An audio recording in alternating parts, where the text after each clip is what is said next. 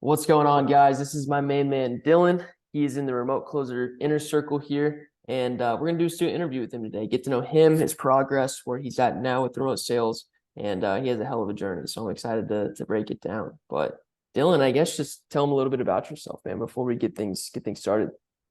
Yeah, so my name's Dylan. I joined back in February. Got referred from a friend who had joined back in December. His name's Quentin. You've probably seen his interview as well, if you haven't checked it out. But yeah, just I've joined. I was able to get an offer pretty quickly. And I just honestly love the experience. It's been amazing because you know the course itself, they're always adding to it.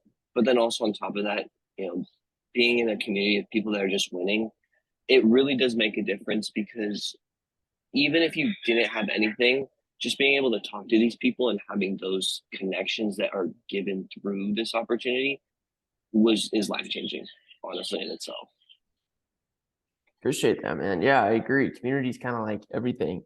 There's such a cringy term. It's like your network is your net worth, and that's like Yeah, I think it's such a cringy term because but it's it's so so true. overused. It is true. Yeah, like the people I guess the more higher level people the more security blanket you have, I guess. So Mhm.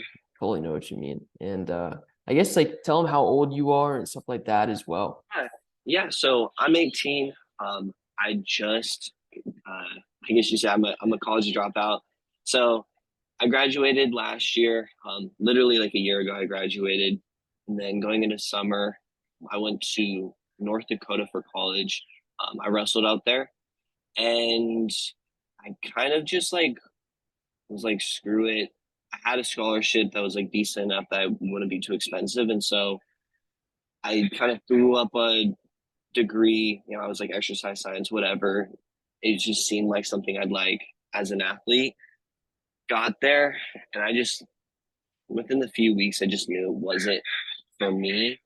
I just knew that like as much as I like just wasn't for me. Just school wasn't it, and didn't enjoy being in the classroom. Just knew that where this future was going to take me wasn't where I wanted to be. I think that was the biggest thing. I read Rich Dad Poor Dad, the good old cliche start to everything, Yep. and then from there it was me and three of my friends. Quentin, he's in the group. Aiden, he's in the group. And my other friend Mikey, and we would just hop on Xbox. And I mean, we'd always play video games, but then it just started us talking about the future more and more. And we kind of went down the path of like, oh, let's see what trend we can hop on, looking into drop shipping, all those types of things that every person does. Literally, and then went through a really big research phase, found Alex Ramosi, all those people like that. And it just really started to shape my mindset on if I stay here in college, it's not going to take me where I want to go. And so I had to be in my classes, doing the normal stuff, but then on the side, every single day, just putting in those extra hours. Started reading books, really focusing on my own like knowledge, and then we got a store for drop shipping almost up and running. Me and my friends were working daily, having little like to-do lists, end of the day reports for each other, keeping each other accountable.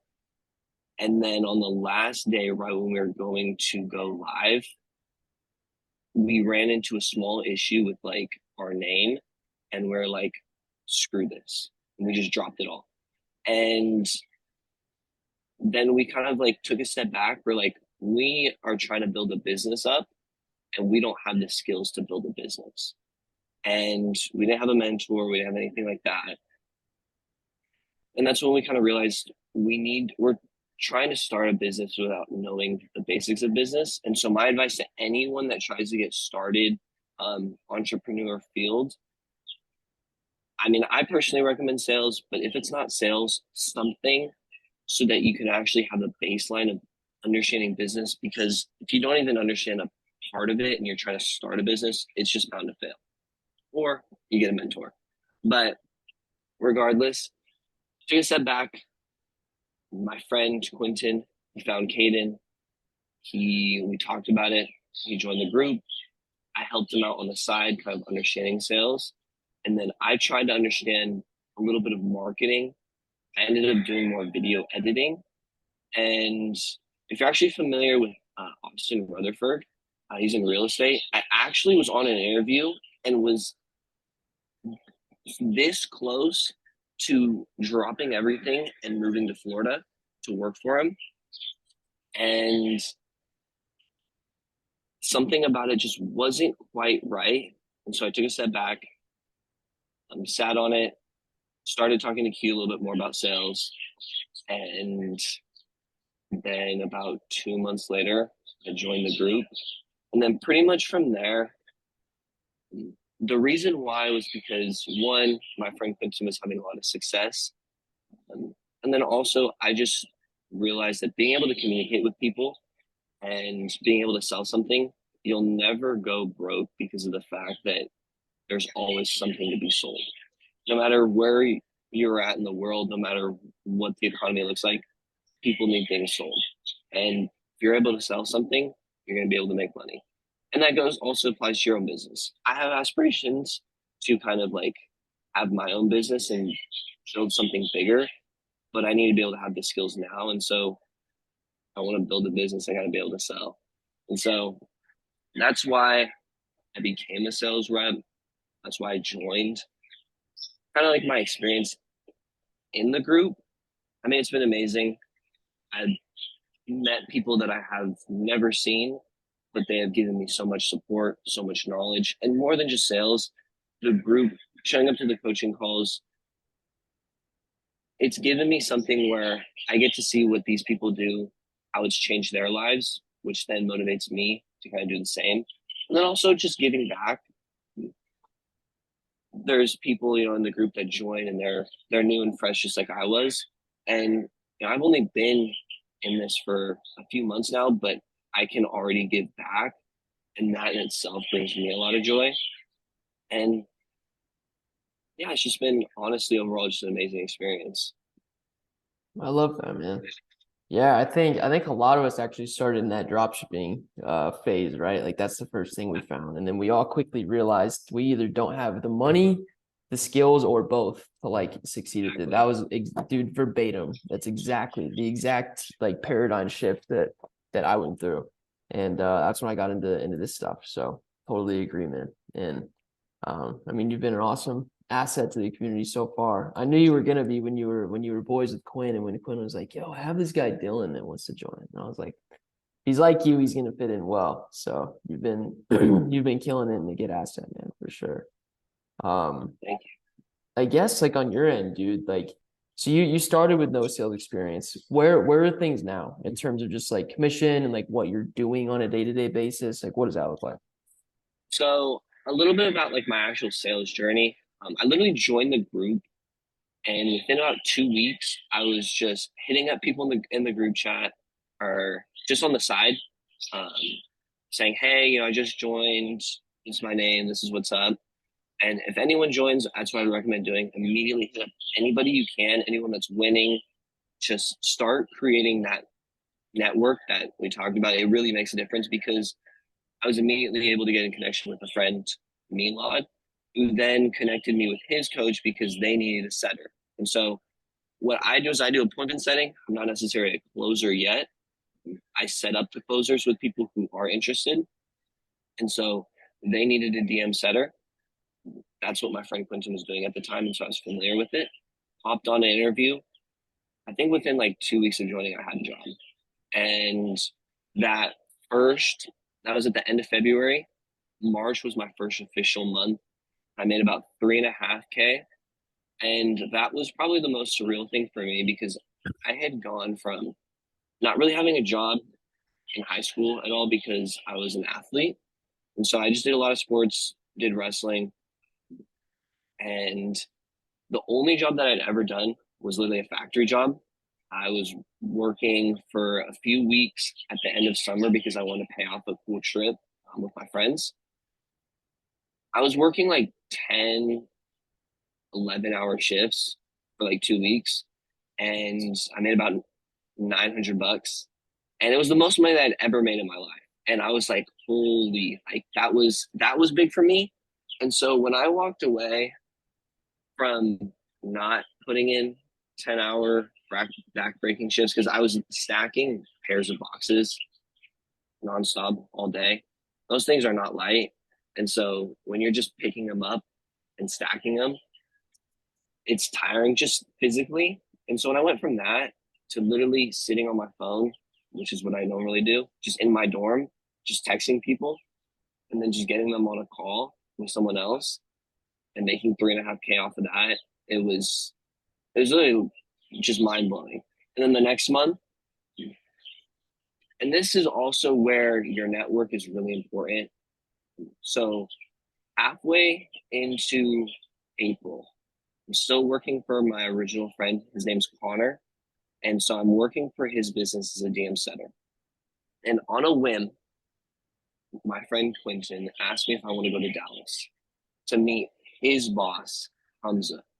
And so when I had known Hamza not personally, but because of Q, I known his story. He does Airbnb arbitrage, and he is a DM setter for him. And so I was like, you know what? Let's go. Let's just. It's a cool trip. We've been making some money. It's an experience. And I go out there. Never met these people. They're really cool. And all of a sudden, I'm being asked if I want to work for them. And I mean, I'm just chilling in my dorms now. I don't have much going on. Wrestling season's over. I'm just like, you know what? Screw it. Let's do it. And so I'm working 2 jobs. And that month of April, I made 8 grand. Literally doubled my income, and it was mind blowing. I'm still. It's weird to think about. And now this month, I'm on track to probably to break 10. Probably do Wow. more. But to put perspective on it, at the beginning of this year,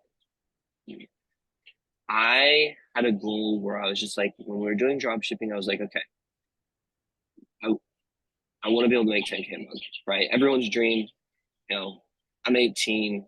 It's a big goal to have. And I didn't know how I was going to do it when I said it at the beginning of the year. And to probably be able to do it this month, I just turned 19, is kind of insane to think about that. After 3 months of this, I'm going to be able to reach that goal that wasn't supposed to happen by the end of the year. Um, and this is also where you have to be able to trust yourself and your judgment, because when I told people, that was my goal, you know, people didn't believe it. People did not think it was going to happen. It's not supposed to happen. But you got to be able to trust yourself and the people around you. Those 4 friends that I started with, those are people that I'm still with today and still game planning with today. I'm literally in Hawaii with one. That decision to join the group 3 months ago has me in Hawaii today on a week-long trip with my best friends. And that doesn't put a little bit of perspective on it. I don't know what else can. Totally. Dude, that's huge, man. That's like I feel like the main thing to take away from your journey is just like networking, because it's like you came in, you networked with Milad, got that gig. And then you obviously, I mean, you didn't really network with Quinn because he was like your friend already. But it's Mhm. just like, I mean, that's still like you networked with him at one point. You guys became friends. You guys stayed in touch, bounced ideas off of each other the whole time, kept each other updated, knew each other, were like pursuing business. Quentin became successful, and then, then you got put on because of that. Like Mhm. that's crazy, dude. Networking is, very obviously like killed it for you. So that's awesome. I think it comes down to like you being super personable too. Like you're a very likable dude, like in the community, on live Yeah. calls. Like when we first met, you're just a cool dude, man. Like a lot of these guys want to network and they're just like not likable. And that's like sad to say. It feels kind of messed up to say, but they're not easy to talk to. They're not easy to bounce ideas off of. They don't think in the right way to where they're like encouraging to talk to. You know what I mean? So Dude, you just gotta, like, if you want to be successful, like how a lot of people do, it's like you just gotta be able to talk to people and just be open to like that they might be smarter than you. just be open to the fact that the person that you're talking to might know more than you, and just be willing to listen to them and be wanting to learn more about them, because you never know the person that you're talking to, what opportunities are going to arise because of that. Like I Yeah. said, when I went to the networking aspect, right, I already knew Quentin, and so that was just like a trip because I'd known him, Yeah. but I wasn't guaranteed a job when I went out there. That was just strictly off of the fact, and it wasn't the plan. It was never the plan for me to go there and try to impress these people. We weren't even really aware that they were really looking to hire. It was just by chance that all of a sudden, um, I'm on the 37th floor of a penthouse in Dallas, and I'm at a mastermind. Yeah, that's also part of this. It was an Airbnb mastermind. So like all of his students, Hamza students were there, and we were just there to help out. And he was going to meet with his coworkers and his team, and I was just there, and I just talked to him. You just talk to people, and all of a sudden, I have Hamza himself. We're just talking at the end of the night. He's like, just asking if I want to work for him. Just like little comments, and then I get hit up by the sales manager literally the day after, and I'm getting onboarded. And so that's just being able to talk to people, being able to listen, and just always willing to hear someone's story goes a long way. 100%, dude. Well, congrats, man. That's big time. You got both. Are you still with Connor, or are you only doing Hamza now? Yeah, so I'm doing both right now. Gotcha. I'm DM setting for Connor. They're growing, and I am then phone setting for Hamza. Gotcha. And I mean, honestly, like it can be a stretch sometimes, but the amount of growth that I'm having right now off of time management skills, understanding people, and just understanding like how everything works and learning business, because you get to see, that's also a thing, right? You get to learn what the beginning of these businesses look like, Yeah. and it gives you experience without actually having to be in business. And yeah, it's just I I would never do this. Every single time I'd pick this path. For sure, man. Dude, that's sick. Well, I'm proud of you, man. You're killing it. Time management's a huge skill to build too. So you're making some good loot, and you're learning how to time manage and how to be efficient and not waste time. And you're traveling right now. You're in freaking Hawaii, Exactly. man. I'm jealous of you right now. I just got back from a trip in California, and I need to go to Hawaii soon, man. So you got me a little jealous, but It's nice. 100% It is nice. for And sure. that's what it does. It gives opportunities. So Totally. sales. Heck yeah, man. Well, awesome. I guess to close it out here, like let's say somebody's watching this right now and they're like, the center circle thing sounds interesting. Maybe they're on the fence about joining, right? They're just like 50-50, meh. Like, what would you say to that person? It can be good or it can be bad. I'm just curious what you would say overall about it. If you are thinking about doing sales, and honestly, I mean, part of it, if we're looking into this field, most people have the same mindset. We're looking for some way to make money, not the traditional way. If you're going to do it, whether it's here or somewhere else, you just got to be able to send it, because your indecisiveness is going to be your downfall. Not picking is worse than, like, when you just don't pick, that's the worst thing you can do, because then you don't get anywhere. And so I personally have had an amazing experience here. The coaching, the help, shoot, Caden reaches out to me, and I'm usually the person that doesn't answer. So that goes to show you, like, these guys are relentless on it, and ultimately it's on you how much help you're going to get, but they're always there for you. And so if you're going to do it, just don't think about it. Just go for it, because not choosing is what's going to hurt you the most in the long run. 100%, man. Well, sweet, dude. Appreciate it. And man, I'm excited. Let's break that 10K month this month and keep building. Yeah, man, we just got to keep grinding. We're going 15 next month. Heck So, yeah, dude. Let's go, man. Well, awesome. Appreciate you, man. And I'll catch you later. I can. Peace. What's up, guys? Caden here, and I hope you enjoyed this interview. If you did and you want to get into remote closing or appointment setting, and you want to do so by being coached by me and Trey one-on-one until you become successful, book a call below. There's going to be a link somewhere in the description here where you can book in directly with myself or Trey to talk about our coaching program and how we can work together one-on-one to get you to $7,000 to $25,000 per month with remote sales. So if you're interested, you want to talk about the coaching program and working with us directly to get you to your goals, book a call below and we'll see you soon.